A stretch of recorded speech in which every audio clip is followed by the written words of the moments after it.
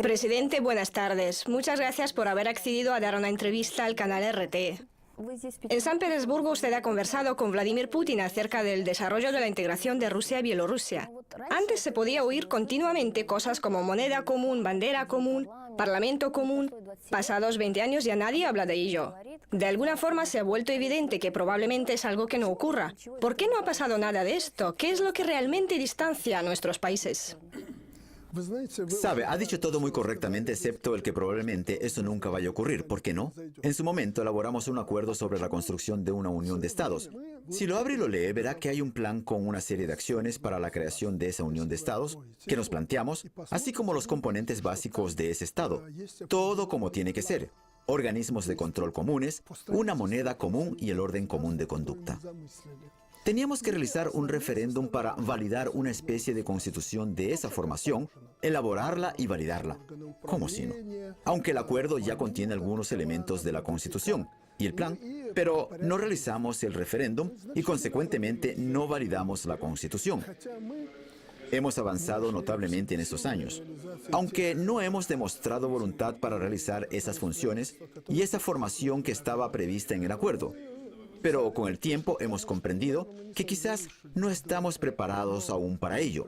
Pero el proceso de este Estado único, su construcción, ha promovido una nueva y muy interesante formación, la Unión Aduanera y ahora un espacio económico común que ahora tratamos de convertir en la Unión Económica Euroasiática.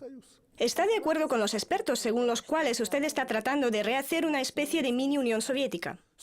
Se puede comparar con la Unión Soviética, con la Unión Europea, con cualquier otra, pero cuando la comparamos con las uniones hablamos de que en el mundo está ocurriendo un proceso general de integración, una creación de uniones. Mire, la cooperación Asia-Pacífico o Mercosur en América Latina. Hace poco llegué de Venezuela. En todas partes se están formando estas uniones para sobrevivir en esta lucha de competencia.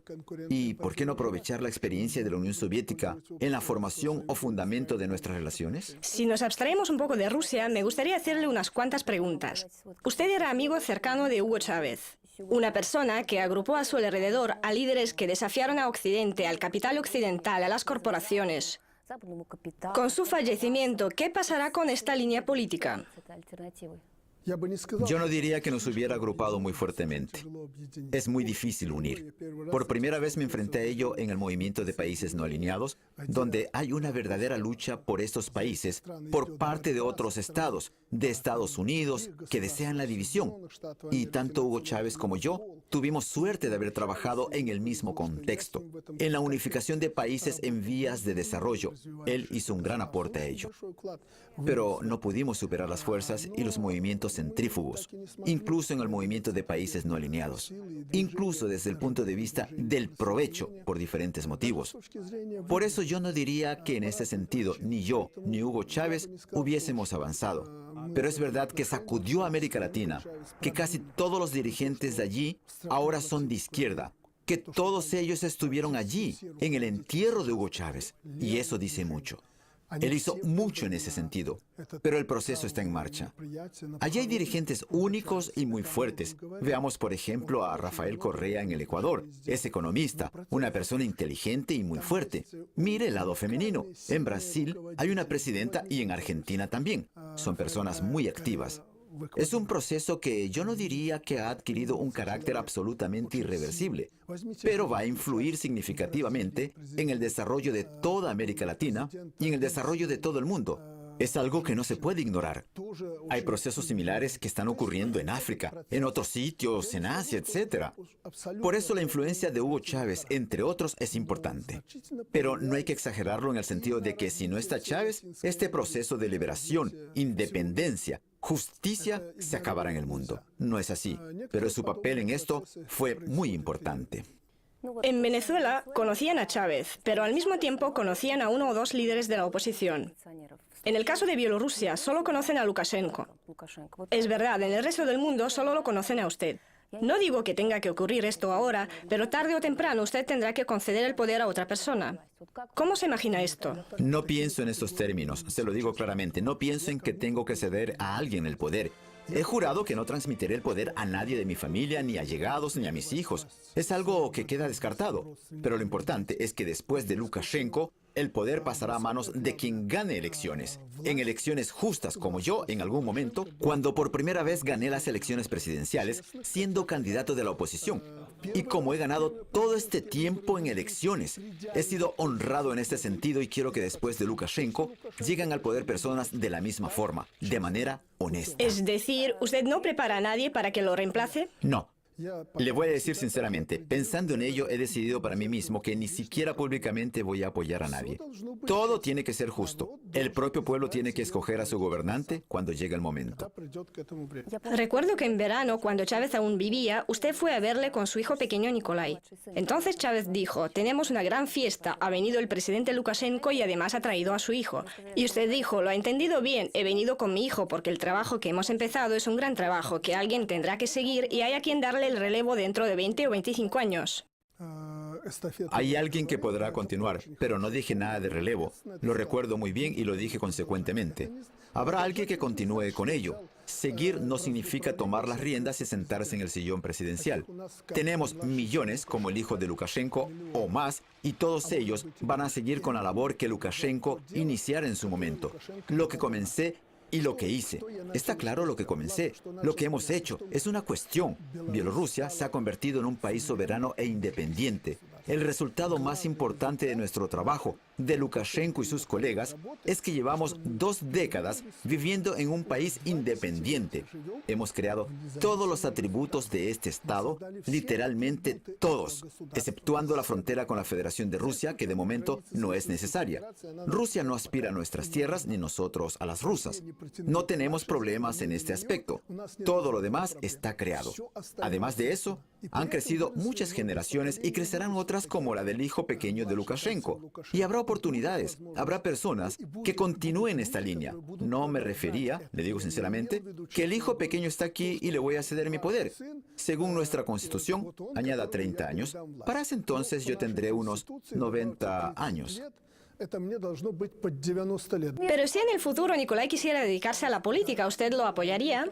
Como quiera él. No es algo que me gustaría. No me gustaría que se dedicara a la política. A su edad, ya se ha hartado de política a la edad de 8 años solo viendo a su padre. Desde pequeño no ha tenido ese deseo ni lo tiene. Eso de que mi papá es presidente y yo también lo seré, de ninguna manera. Ni siquiera hablo de este tema. No son cosas de niños. En cuanto a mis hijos mayores, ellos mismos me dicen, papá, estamos hartos de tu presidencia. Estamos así de hartos. Por eso no tenemos conversaciones al respecto de cederles el poder. Y en general, hoy no tengo conversaciones de que tenga que ceder a nadie mi poder. Dios esté con usted. De momento puedo trabajar gracias al Señor. Aún gozo de buena salud.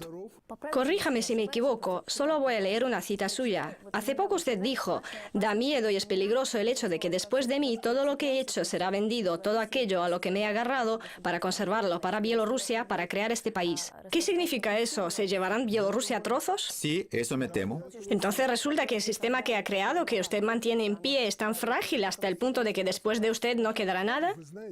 Sabe, yo no quise decir que Bielorrusia en sus límites actuales se derrumbará. Me refería a la propiedad, a la base económica, la agricultura que hemos modernizado hoy. Cuando me hice presidente no podíamos dar de comer a nuestra propia gente. Las tiendas estaban vacías. Como digo de una manera poco oculta, no teníamos que hartar.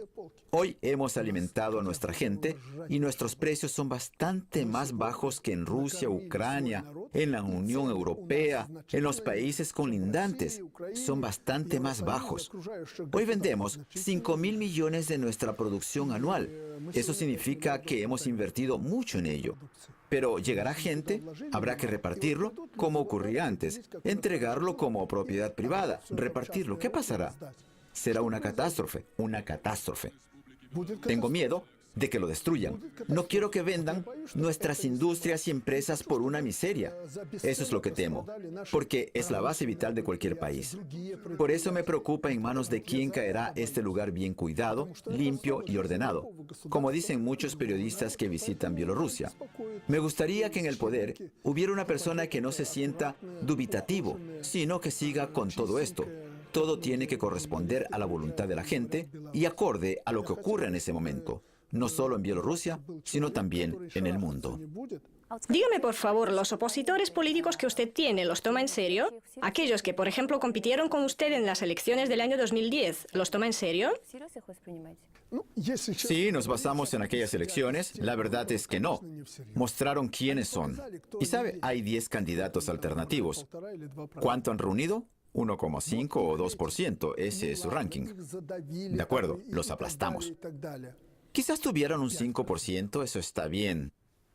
Por eso, ¿cómo vamos a tomarlos en serio si salen y dicen tantas barbaridades que ni siquiera la gente los toma en serio? Además, en directo. Ni siquiera hemos encarcelado a nadie. Incluso cuando infringieron la Constitución, llamando a todos para que con pico y pala salieran a la plaza a romper y destrozar todo. Salieron unas 800 personas. De ellas, 400 eran de la oposición de siempre. Eso es todo. Es verdad que comenzaron a romper y a destrozar el edificio del gobierno. Usted dice a menudo que en Bielorrusia la democracia no tiene nada que envidiar a Estados Unidos o a Europa. Así es. En absoluto no es peor, créamelo. ¿Quiere que le demuestre que no tenemos una dictadura? Con una sola tesis, con la que trato de convencer a mis colegas del Este. Para ser dictador y parecerse a nuestro bisabuelo Stalin, hay que tener recursos. Hay que tener recursos, ¿entiende? Yo no duermo abrazado a las ojivas nucleares, no. Ni tengo tantos hidrocarburos como tenía Hugo Chávez en Venezuela. Ni tanto gas natural como en la Federación de Rusia. Ni siquiera lo extraemos. Tenemos 1,5 billones de población como en China. Para dictar, para ser un dictador y dictar, hay que tener recursos económicos, sociales, población, recursos militares, ojivas nucleares, etc. Yo valoro mi papel objetivamente en cuanto a esto. Y ahora hablo de que no sufrimos de la globalización.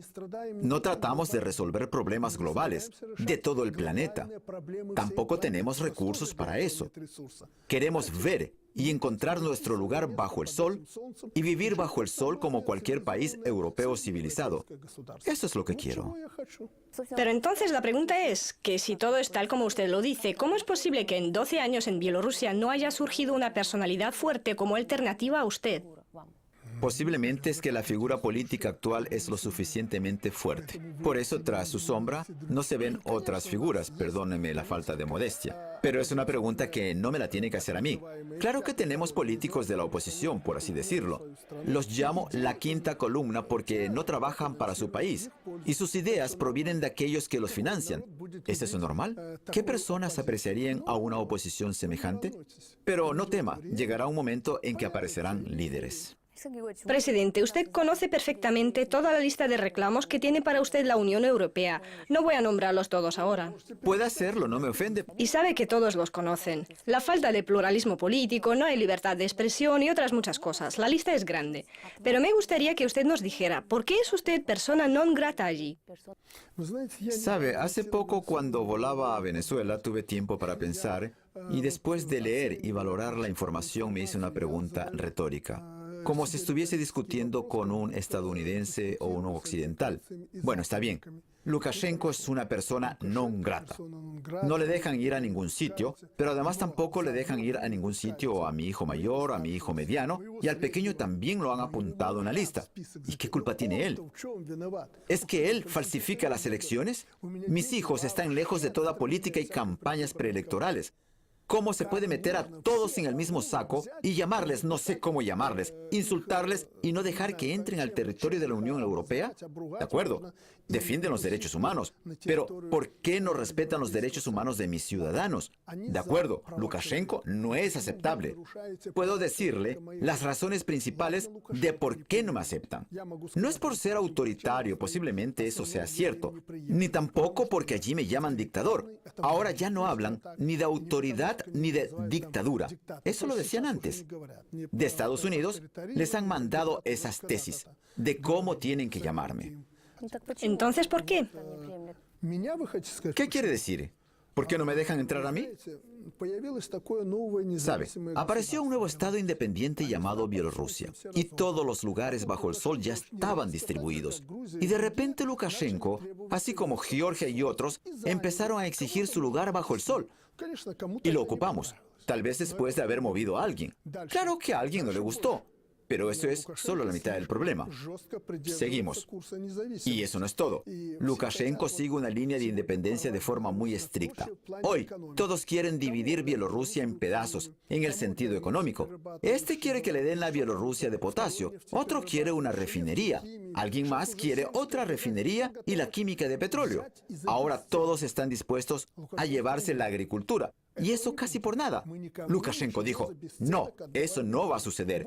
No vamos a entregar gratis nada a nadie. Más aún, si queremos vender algo, lo venderemos una parte, un paquete de acciones o toda la empresa. Tampoco les gusta ni allí ni allí que yo soy así, asá. Seguimos.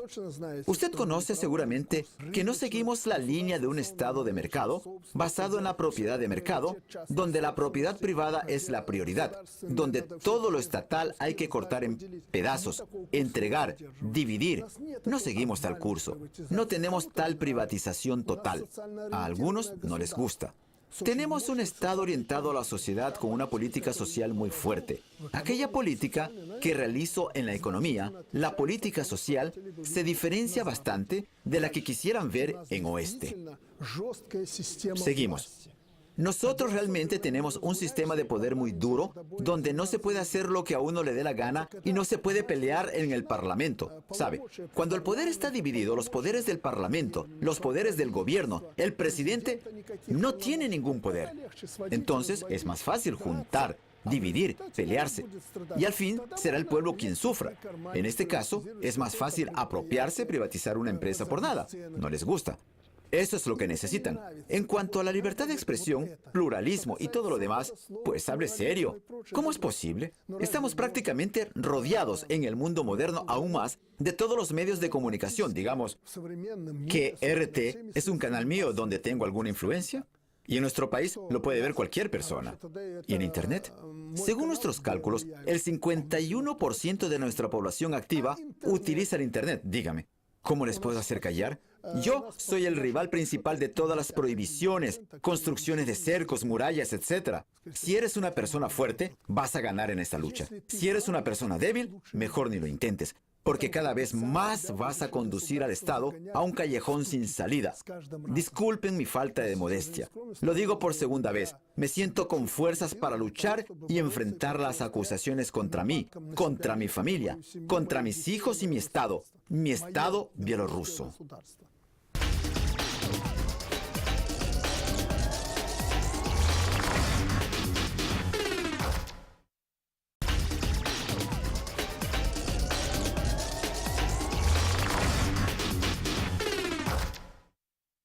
En cuanto a su Estado bielorruso, usted dijo hace 2 años que Alemania y Polonia encabezan la conspiración en contra de Bielorrusia. ¿Qué tipo de conspiraciones? Sí, era antes de las elecciones. Era antes de las elecciones cuando me vino a visitar el canciller de Alemania.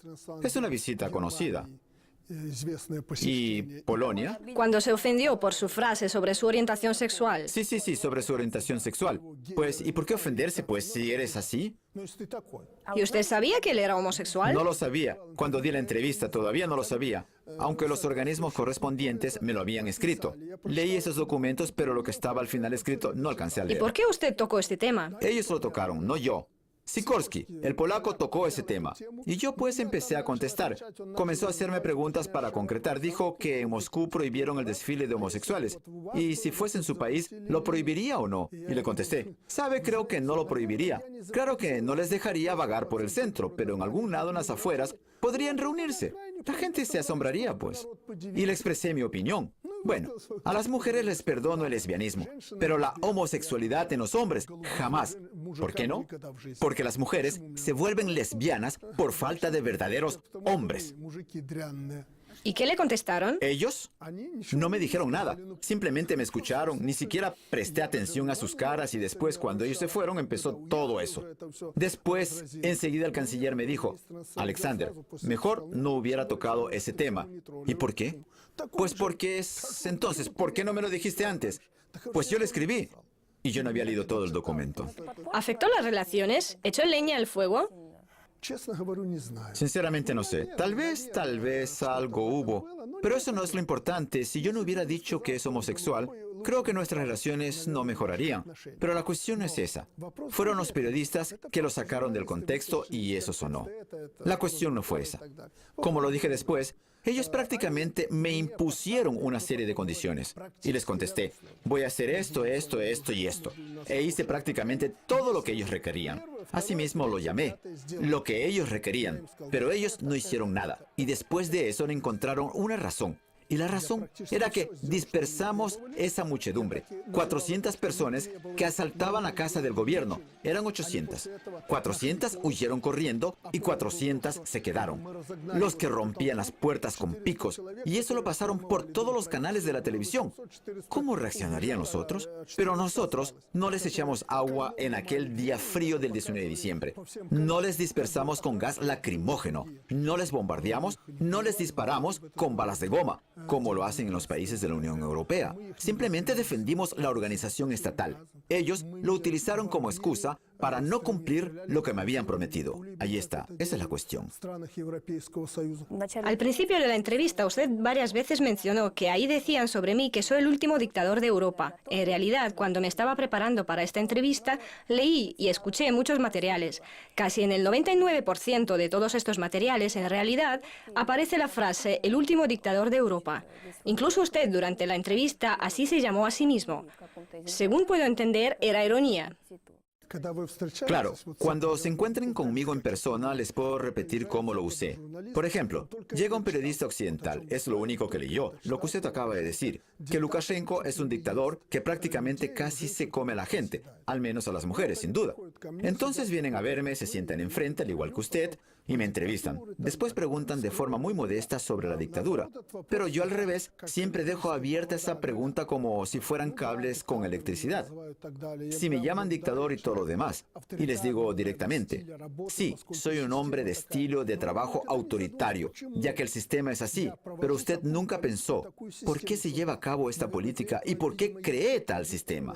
Tal vez para eso hay razones objetivas. Nadie se ocupa de buscar por qué se construyó un sistema autoritario tan fuerte debajo de una persona. Al menos da sus resultados. En cuanto a la dictadura, entonces alégrese de que usted está hablando con el último dictador de Europa. Lo ve en persona. Mañana ya no lo habrá. Esa era la ironía. Dígame sinceramente, ¿no le ofende eso? ¿Le da absolutamente igual qué dice el Occidente, Estados Unidos, Europa? No, ¿qué va? ¿Qué va? Pues esto no es solo personal. Automáticamente afecta la imagen de un país. Claro, usted tiene toda la razón. Si se refiriera solo a mí, yo personalmente me ofendería y pensaría, al demonio. Pero ellos en cierta forma ofenden al pueblo y al Estado. Por eso, claro, no me da igual. Pero ya no sufro tanto y no me duele tanto. El que lo dice, si es sincero, entonces es una pena para mí, que se equivoca y no conoce la verdadera realidad, la persona real de quien está hablando. Eso solo causa lástima. Hace poco, el director de la Inteligencia Nacional de Estados Unidos presentó un informe y ahí decía que en el 2013 Bielorrusia puede enfrentar una nueva crisis económica. ¿Está de acuerdo con eso? ¿Y Estados Unidos puede que no lo enfrente? Diría que todo el mundo, incluso Bielorrusia, puede enfrentarse con una crisis económica si otra vez sale de su país de nacimiento de Estados Unidos. Y lo que hoy se dio a Europa en el sentido económico es un hecho. Ahí está la mitad de nuestra exportación. ¿Qué pasará con nuestra economía? Claro que va a ceder. Y en Rusia hemos cedido un poco, aunque en Rusia todavía no hay crisis económica.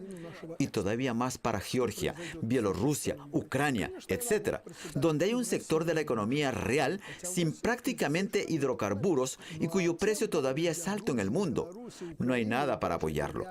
Claro que siempre es un problema. Todo el mundo está cediendo, pero nosotros tenemos nuestros propios depósitos y, si los necesitamos, usaremos nuestras reservas, sobreviviremos.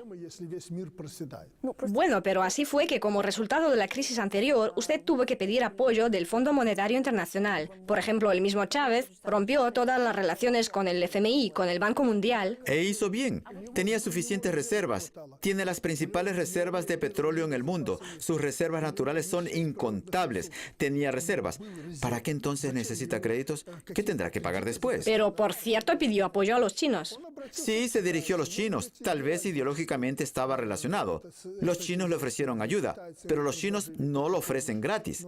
Los chinos tal vez ocupan el primer lugar en las inversiones en Venezuela, en las inversiones en aquellas áreas que ellos necesitan, desde petróleo hasta oro.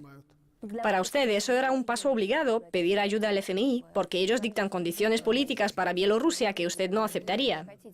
No, condiciones políticas ellos no nos dictaban. En aquel entonces, ellos nos dictaron condiciones económicas muy duras y las sobrepasamos.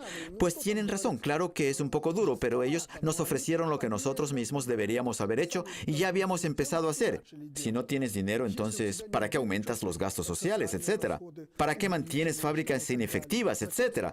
Pero ellos ofrecen liquidarlas de un solo golpe. Ahí hay gente. Eso no se puede hacer de una. Por eso, lo que ellos nos ofrecen no es nuevo y no lo hacemos. Lo que hacemos, lo hacemos con calma. Y ellos nos exigían que lo hiciéramos más rápido.